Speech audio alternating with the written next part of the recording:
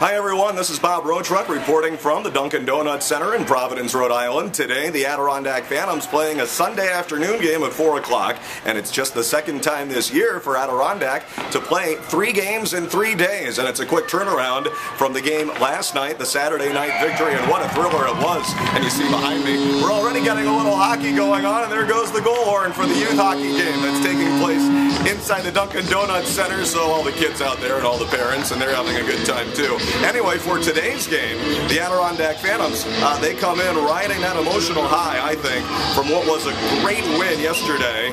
In the shootout, they knock off the Syracuse Crunch 4-3, and just some wild stuff. The penalty kill was so huge for Adirondack, they held Syracuse to 0 for 10 on the power play. Just tremendous. At first, we thought it was 0 for 11, but there was actually a statistical error in there. I mean, with so many penalties, so hard to keep up. And then a couple of 5-on-3 goals that Adirondack got. Terry Murray had a lot of good and positive quotes about his team after the game. Hey, you earn your bounces, and the hard work got these guys the win. And boy, it was a lot of hard work on that penalty kill in yesterday's game, wasn't it? So it's just a great game for the Adirondack Phantoms, and now coming in and playing another team that's actually pretty hot. The Providence Bruins are undefeated in regulation in their last 5. They are 4-0-1. Not a lot of offense here. They're 14th out of 15 in the Eastern Conference in goals scored. They have just 50 goals scored for the regular season in 21 games, so about 2.5 goals a game, and that's it. But having gone 4-0-1 in their last 5, the Bruins are now 11-8-2 this year. The Phantoms, off of their victory over Syracuse, they are now 10-12, and they're trying to make it a 2 out of 3 weekend. And anytime you can do that on one of these tough 3-3 weekends, especially when 2 out of those 3 are on the road, that would be a very impressive thing. This is our only trip to Providence this year to play the Bruins, and then they'll be back up at our place in a couple of weeks. We just don't play the Bruins affiliate that much. It happened last year as well. We only played them twice, once down here and once back at our place. Providence has Chris Bork, who was with Hershey last year and was the leading scorer in the league, actually. And Bork with 14 assists and 16 points. He's the older brother of Ryan Bork of Connecticut, and of course they are both the sons of Ray Bork. They also have a veteran who had been with Grand Rapids for many years, and now he's with Providence for his second season. Jamie Tardif is their leading scorer, and he has 8 goals, 12 points. Carter Camper is a good one too. He's a second-year pro out of Miami of Ohio, and he was an NCAA All-American.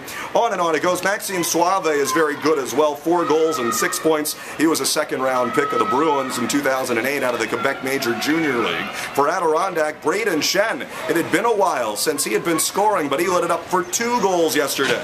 So Shen is up to 11 goals this year, and that comes in just 22 games. So 1 goal every other game, but he had 2 of them in yesterday's game against Syracuse. 14 assists as well. He's been racking up the assists. And the goal that was scored early in the second period, the 5-on-3 that was initially credited to Sean Couturier, that was changed at the end of the game. You might not have heard that announcement, but Ty McGinn got that goal, and he keeps on tearing up the Tampa Bay Lightning affiliate, which is Syracuse this year, Norfolk last year. Almost half of his goals come against John Cooper's team.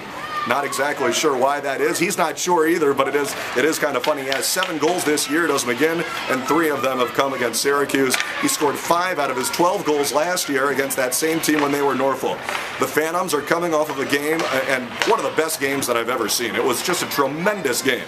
And they defeated the defending league champions, and now trying to keep going on that emotional high. They had an overnight bus ride after last night's game, which went a little longer because of the overtime and the shootout and all the whistles, etc. So they got in here pretty late, about 2 in the morning or so, and then a quick turnaround and getting up in the afternoon and playing this 4 o'clock game in Providence. We'll have the broadcast coverage for you. Pepsi Countdown to Face-Off gets the broadcast started underway at 3:30 on the official home of the Phantoms all season long, Q101.7.